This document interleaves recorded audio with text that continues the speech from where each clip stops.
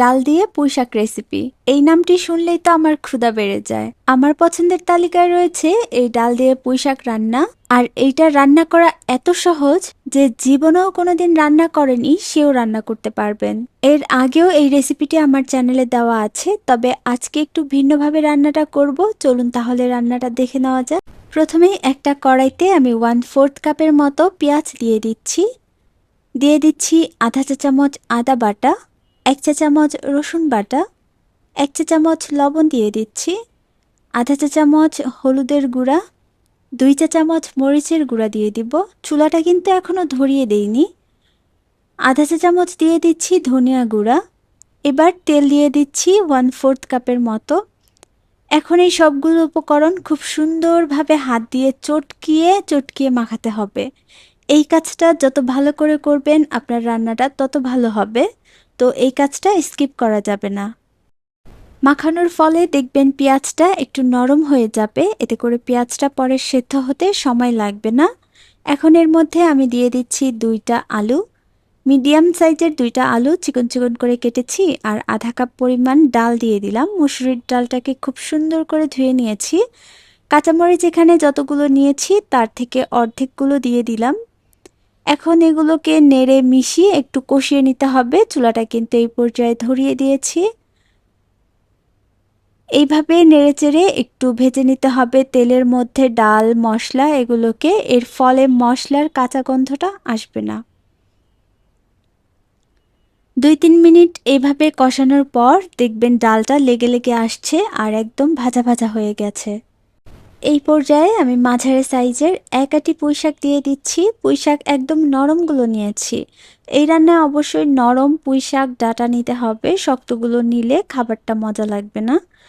তো সবগুলো দেওয়া হয়ে গেলে আধা কাপের মতো পানি দিয়ে এইভাবে একটু চেপে ঢাকনা দিয়ে ঢেকে রান্না করছি যতক্ষণ না পুঁইশাকগুলো অর্ধেক কমে আসছে। পুঁইশাকটার সাথে সাথেই দেখবেন এরকম কমে এসেছে, তখন এটাকে উল্টিয়ে পাল্টিয়ে একটু নেড়ে দিতে হবে ডালগুলোকে।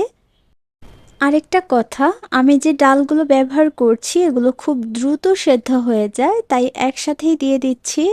তবে অনেক ডাল আছে সেদ্ধ হতে অনেক সময় লাগে, তো আপনাদের ডাল আপনারা তো ভালো জানেন। যদি জানেন যে ডালটা সেদ্ধ হতে সময় লাগে তাহলে একটু সেদ্ধ করে নেবেন অল্প পানি দিয়ে। এবার পরিমাণ বুঝে পানিটা দিয়ে দিচ্ছি। পানিটা এমনভাবে দিতে হবে যাতে ডাল পুঁইশাক একটু ডুবে থাকে।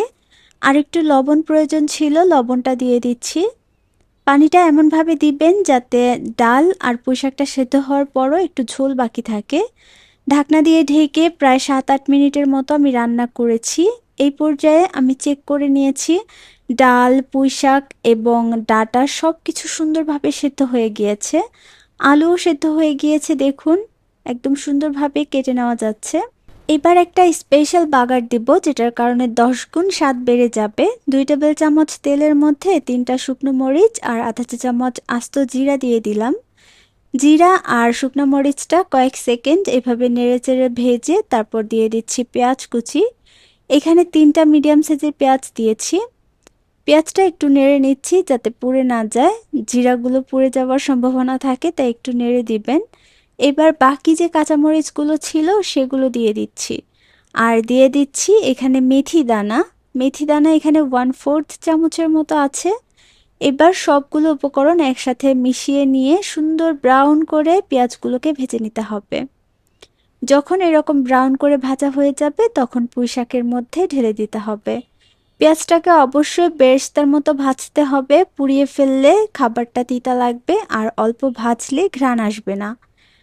একটুখানি নেড়ে দিয়ে সাথে সাথে ঢাকনা দিয়ে ঢেকে দিতে হবে যাতে এই যে বাগার দিয়েছি সেটা পুরোটার মধ্যে ছড়িয়ে পড়ে ঘ্রাণটা। 4-5 মিনিট পর ঢাকনাটা খুলে এগুলোকে একটু নেড়ে চেড়ে দিচ্ছি। শেষ পর্যায়ে এসে এইভাবে একটু চেপে চেপে নেড়ে দিবেন, এতে করে কিছু ডাল একদম গলে গিয়ে এটা একটা মাখানো মাখানো তরকারি হবে আর খেতে ভালো লাগবে।